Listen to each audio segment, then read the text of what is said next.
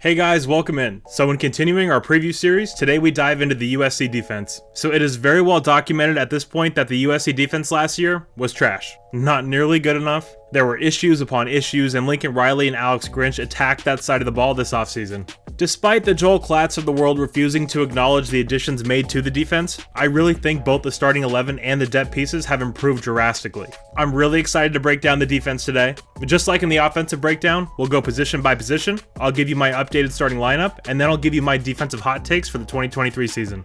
But before we get into all that today, guys, if you are enjoying the videos, please do leave a like and subscribe to the channel. And if you want to help support the channel in an even bigger way, you can do so over at my Patreon for only $1 a month. Thanks so much for being here today, and let's get into it. Okay, so we'll work front to back breaking down this defense, which obviously means we're starting with the defensive line. This unit last year, to be honest, was just dreadful. As much grief as Alex Grinch gets, I honestly don't know what people expected him to do with last year's group. And now with the lone bright spot in Tuli Tuipulotu being gone to the NFL, this group had to be absolutely overhauled. And they did just that, so let's work inside out here. We of course have to start with USC's new crown jewel on the defensive line in Georgia transfer Bear Alexander. This was by far SC's biggest need of the entire offseason, and they went out and added a guy that got playing time as a true freshman on the best defense in the country. USC hasn't had a guy like this in a very long time. The size, speed, and strength combo is truly elite. The Pac-12 quite simply doesn't have players like this. I really think he's going to wreck a lot of the offensive lines in the Pac-12, but he won't have to do it alone, as his partner on the inside is going to be former Arizona Wildcat and Murrieta, California native Keon Bars.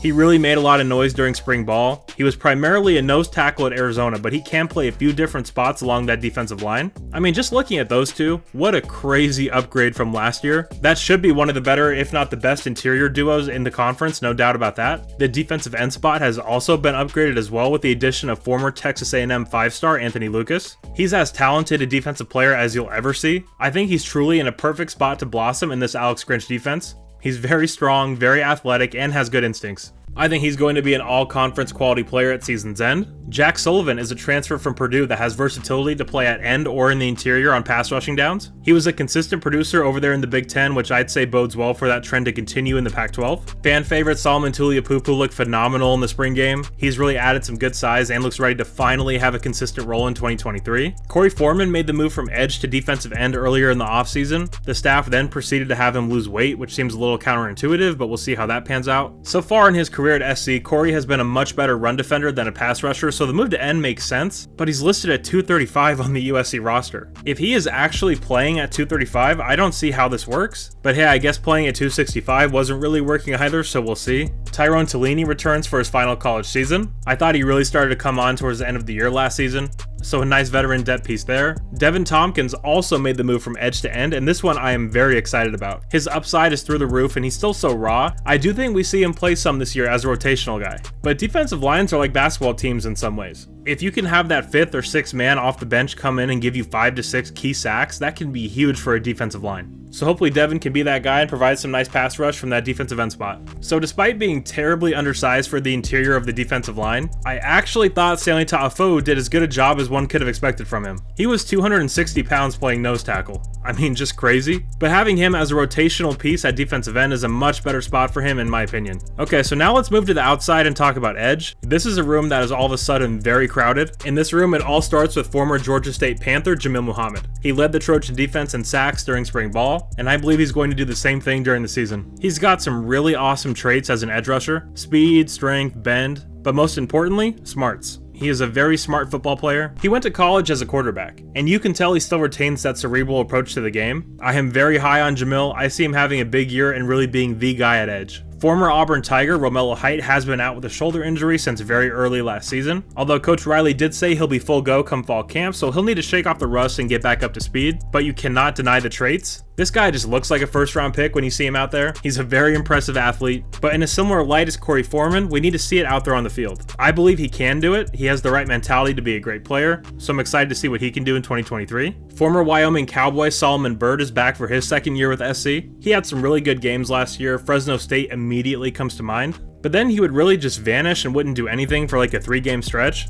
so consistency is the key for Solomon. Love him as a rotational pass rusher though. Sam Green is a true freshman that everyone, including the coaching staff, thought would come in and be an interior guy, as he was in high school over at St. Francis Academy over there in the DMV area. But when he showed up on campus, his build and just overall athleticism screamed edge. And man, going off what we saw in the spring game, I am really excited to see what he does this season. And in the post-spring presser, Lincoln said that Sam will factor into the rotation this year, confirming we will be seeing the true freshman out there on the field. So I'm stoked for that. But do you guys see what I meant by a really crowded edge room? Compared to last year, this is crazy, and we're not even done yet.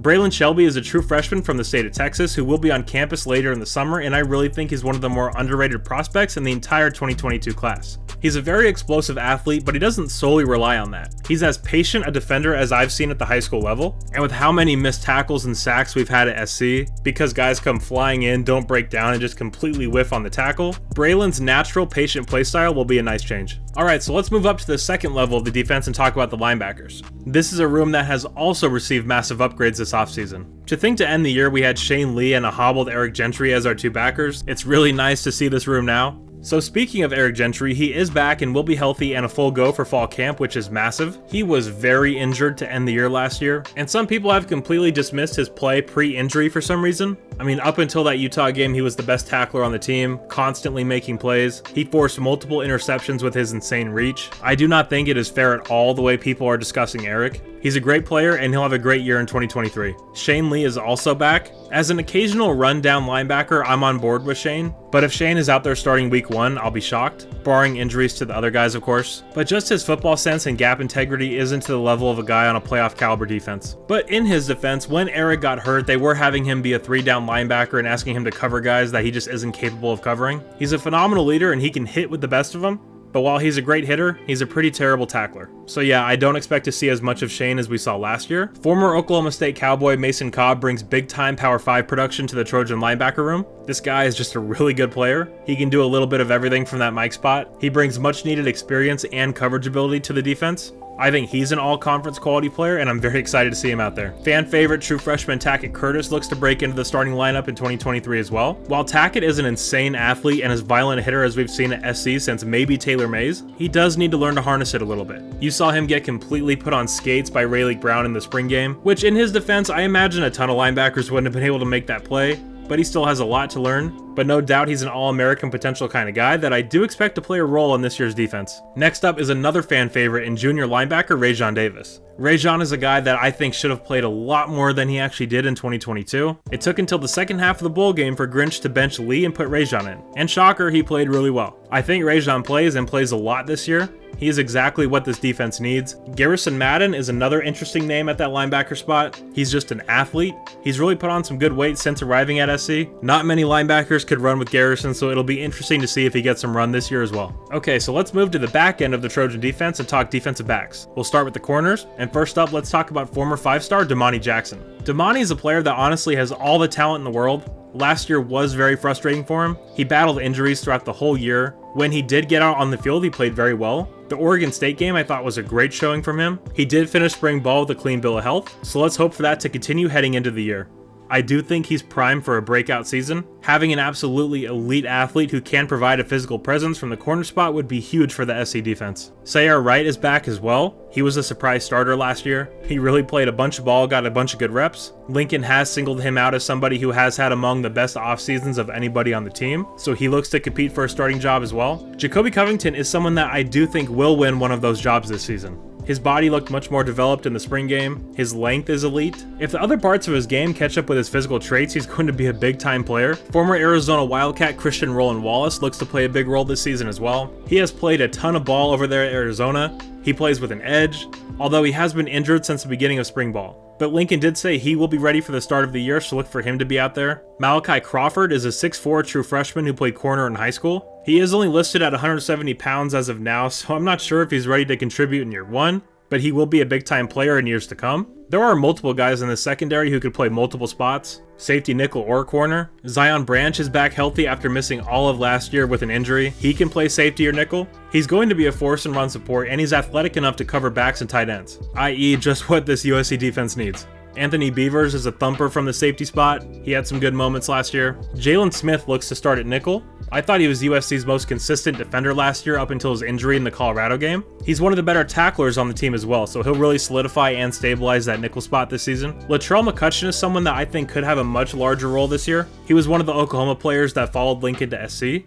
He's very athletic, he's great against the run, so expecting to see more of him. You know, a lot of you in my comment section tell me that Kalen Bullock isn't good, and honestly, that's a big red flag to me that whoever says stuff like that really doesn't watch the games. Yes, he had a couple bad missed tackles because he was trying to strip the ball. He's not a perfect player, but guys, he's a phenomenal deep safety. He covers so much ground back there, he reads the game very well, and had Grinch actually committed to stopping Dalton Kincaid in the first Utah game by bringing Kalen down to man him up, I think he would have done enough to help us win that game, in my opinion. And a lot of people wouldn't be saying the negative stuff about Kalen that they are now. He's a big time player who covers up a lot of mistakes in the back end. Don't judge a player based off of 3 plays in the last 2 games of the year. There's a reason people have him going in the first round in next year's mock drafts, guys. So Max Williams is also back. He really struggled down the stretch last year.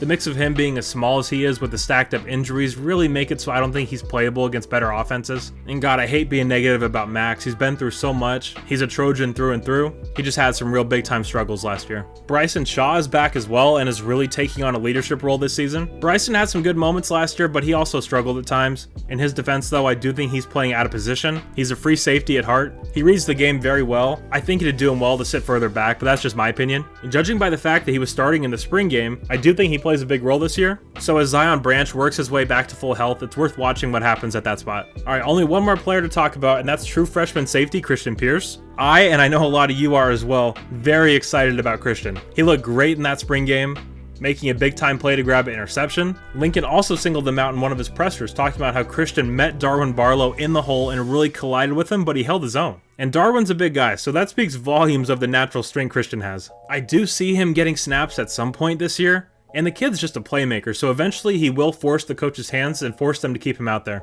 Alright guys, we have so many DBs, I could go on and on here, but in the interest of this video not being an hour long, we're going to move on. Okay, so now I'm going to give you my starting lineup prediction. We'll be using Grinch's 4-2-5 base here as a template for this. So I have Jamil Muhammad at edge, Bear and Bars on the inside, Anthony Lucas at defensive end, the 2 backers being Cobb at Mike and Gentry at Will, and the back 5 being Damani and Covington at the corners, Jalen Smith at nickel, and Bullock and Shaw as the safeties. With the obvious caveat being that if Zion Branch is fully healthy and looking good, he'll start ahead of Bryson. But until we see that, I'm going to keep Shaw in there. If you disagree with my starting lineup, please do let me know down in the comments. Okay, so now time for hot takes and bold predictions. I'm going to need to hear from you guys on this one. Make sure to leave me your hot takes about the USC defense and I'll feature the best ones on the viewer comment video next Monday. But for me, I have 3.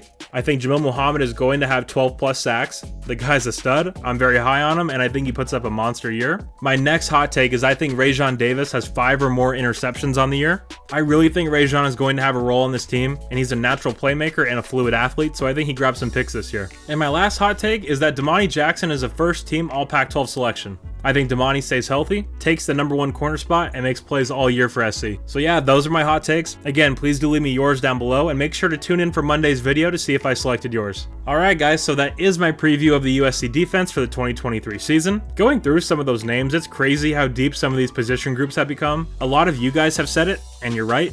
Alex Grinch has no excuse this year. The guys are in place, the offense is in place, the special teams should be better. This defensive unit has to take a massive leap this year, and I have faith that they will do just that. But having said all that guys, that will do it for me today. If you did enjoy the preview, please do leave a like and subscribe to the channel, and if you want to help support the channel in an even bigger way, you can do so over on my Patreon for only $1 a month. Thank you all so much for tuning in today. You're all awesome, and as always, take care and fight on.